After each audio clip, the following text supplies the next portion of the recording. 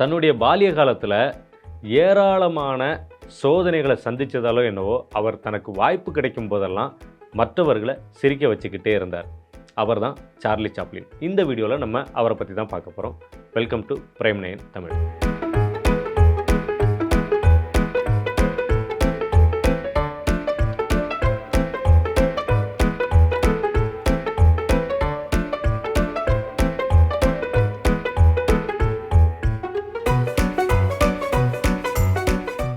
என் வாழ்வில் நான் எவ்வளவு துன்பங்களை அனுபவித்து இருக்கிறேன். ஆனால் அதில் ஒன்றை கூட என் இதழ்களுக்கு நான் தெரியப்படுத்தியது இல்லை. அது வழக்கம்போல் சிரித்து கொண்டே இருக்கும். இப்படிப்பட்ட வார்த்தைகளை உதிர்த்தவர் தான் ஸ்மைல் கிங் சார்லி சாப்ளின். ஆள் பாதி ஆடை பாதின்னு சொல்லுவாங்க. ஆனால் பிரிட்டனில் உலகத்திலேயே அதிகமாக ஆடைகளுக்கு முக்கியத்துவம் தரக்கூடிய பிரிட்டனில் பிறந்த சார்லி சாப்ளின் தன்னுடைய லிட்டில் ட்ராம்ப் கதாபாத்திரத்துக்காக தொலை ஃபேண்ட், சின்ன கோட், ஹிட்லர் மீசை, தலைக்கு பொருத்தமில்லாத ஒரு தொப்பி, கையில் ஒரு கைத்தடி, கால்களை விட பெரிதான ஷூஸ் போட்டுக்கிட்டு வித்தியாசமான நடை என பார்க்கும்போதே நமக்கு புன்னகையை வரவழைத்த ஒரு மகா கலைஞன். இவருக்கு நடிகர், இயக்குனர், இசையமைப்பாளர், கதை எழுத்தாளர், திரைப்பட தொகுப்பாளர், திரைப்பட தயாரிப்பாளர் அப்படின்னு பல்வேறு முகங்கள் இருக்குது.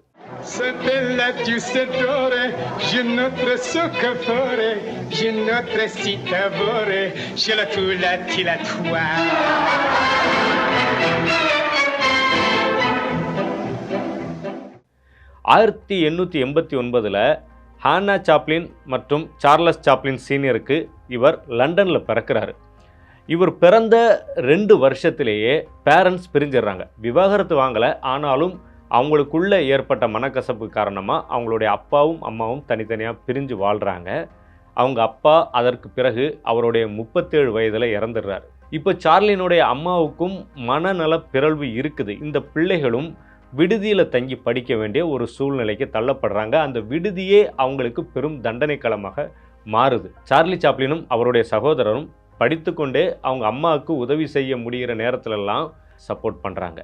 இப்படி நடந்துட்டு இருக்கும்போது சார்லி சாப்ளினுடைய அம்மா ஒரு மேடையில் பாட்டு பாடும்போது அவருடைய குரல் திணறுது. உடனே அங்கே ஆரவாரம் எழுது. இந்த நிலைமையை சரி செய்ய சார்லி சாப்ளினை அங்கே இருக்கக்கூடிய மேனேஜர் மேடைக்கு அனுப்புகிறார். அங்கே போன சார்லி சாப்ளின் தன்னுடைய திறமையை வெளிப்படுத்த அந்த பாடல் அங்கே இருந்தவர்களால் ரொம்ப விரும்பப்படுது. சார்லி சாப்ளின் மேலே பணமழையை பொழிகிறாங்க. இந்த விஷயத்துக்கு பிறகு வில்லியம் ஜில்லட்டின் ஒரு நாடகத்தில் பனிப்பையன் வேஷம் சார்லி சாப்ளினுக்கு கொடுக்குறாரு.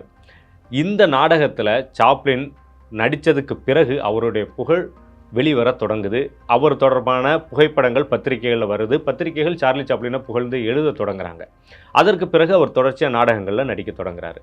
1912 கார்னோ அப்படிங்கிற ஒரு ட்ரூப் அமெரிக்காவுக்கு சார்லி சாப்ளினை கூட்டு போகிறாங்க. அதுதான் அவருடைய வாழ்க்கையில் ஒரு மிகப்பெரிய திருப்பு முனையாக அமையுது.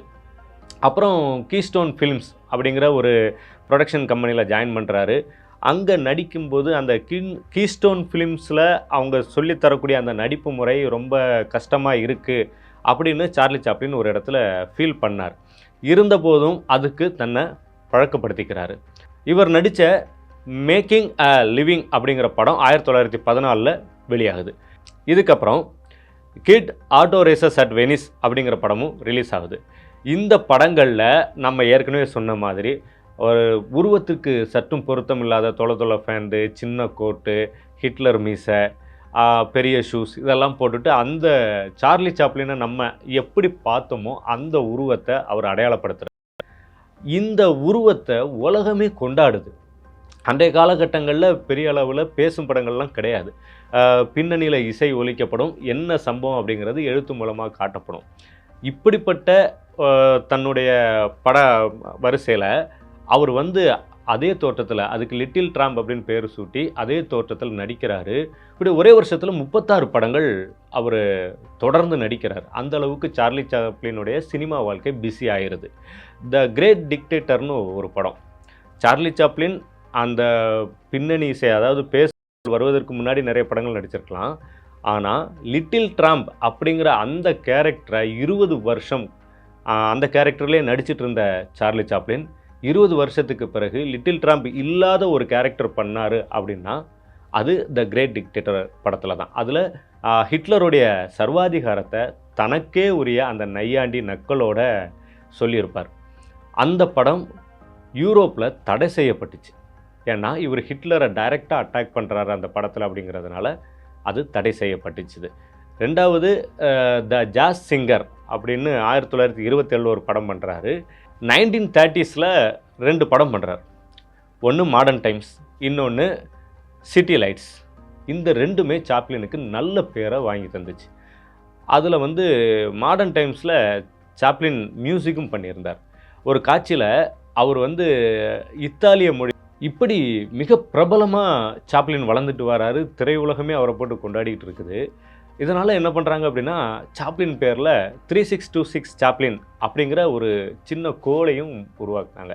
அதாவது விஞ்ஞானிகள் இவருடைய ஞாபகமாக அந்த விண்கலத்துக்கு சாப்ளினுடைய பேரை சூட்டுறாங்க. 3626 சாப்ளின் அப்படிங்கிற பேரை சூட்டுறாங்க. சாப்ளின் ஒரு தேர்ந்த வயலின் இசைக்கலைஞர் அப்படிங்கிறது நிறைய பேர்த்துக்கு தெரியாது. எவ்வளவு தான் புகழும் புகழும் வந்தாலும் கூட சாப்ளின் ரொம்ப எளிமையாகவே வாழ்ந்தார். அவர் பெரிய பெரிய நட்சத்திர விடுதிகளுக்கெல்லாம் போக மாட்டார். சாதாரண விடுதிகளிலே தங்குவார். எங்கே உணவு சாப்பிடணுன்னு அவர் ஃபீல் பண்ணுறாரோ அங்கே போய் சாப்பிடுவார். இந்த மாதிரி தன்னுடைய எளிமையான வாழ்க்கையை விட்டு அவர் வெளியே வரல, பணங்கள் சம்பாதிக்க கூட. சார்லி சாப்ளினுக்கு த லைம் லைட் அப்படிங்கிற படத்துக்கு சிறந்த இசைக்கான ஆஸ்கர் விருது கொடுக்கப்பட்டது. த சர்க்கஸ் படத்தில் அவருடைய நடிப்பு, எழுத்து, இயக்கத்துக்கு ஆஸ்கர் விருது கொடுக்கப்பட்டது. த ஹால் ஆஃப் ஃபேம் விருதும் வாங்கின ஒரு நடிகர் சார்லி சாப்ளின். சார்லி சாப்ளினை பொறுத்த வரைக்கும் ரொம்ப ஃபேமஸான பத்திரிகை டைம்ஸில் அட்டை படத்தில் வந்த முதல் நடிகர் அவர் தான்.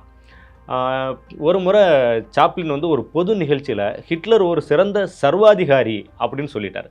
இது பலரையும் அதிர்ச்சிக்குள்ளாக்கிச்சுது. Charlie Chaplin the Great Dictator அப்படிங்கிற படம் எடுத்திருந்தாலும் கூட இவர் ஹிட்லரை இப்படி சிறந்த சர்வாதிகாரின்னு புகழ்கிறாரே அப்படின்னு சொல்லி அது ஒரு சர்ச்சையை உருவாக்கிச்சுது. இப்படி வாழ்நாள் முழுவதும் ஏதேனும் ஒரு சர்ச்சையில் சாப்ளின் சிக்கிக்கிட்டே இருந்தார்.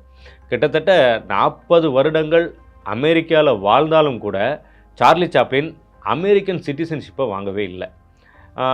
இயந்திர யுகத்தை பற்றி ஒரு நையாண்டியான மாடர்ன் டைம்ஸ்னு படம் எடுக்கிறாரு. அந்த படம் எடுக்கிறப்ப அதில் கம்யூனிஸ்ட் அனுதாபியாக தன்னை காமிச்சிக்கிறார். இதனால் கம்யூனிஸ்ட் மத்தியில் சார்லி சாப்ளின் கொண்டாடப்படுறாரு. அமெரிக்கா மாதிரியான முதலாளித்துவ நாட்டில் கம்யூனிசம் பேச பயங்கர எதிர்ப்புகள் உண்டு.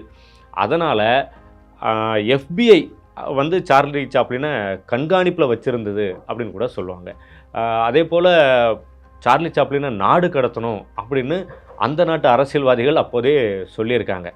இப்படி பெரும் சர்ச்சைகளுக்கு மத்தியில் அவர் 1952 ஒரு லீவுக்காக இங்கிலாந்து போகிறாரு.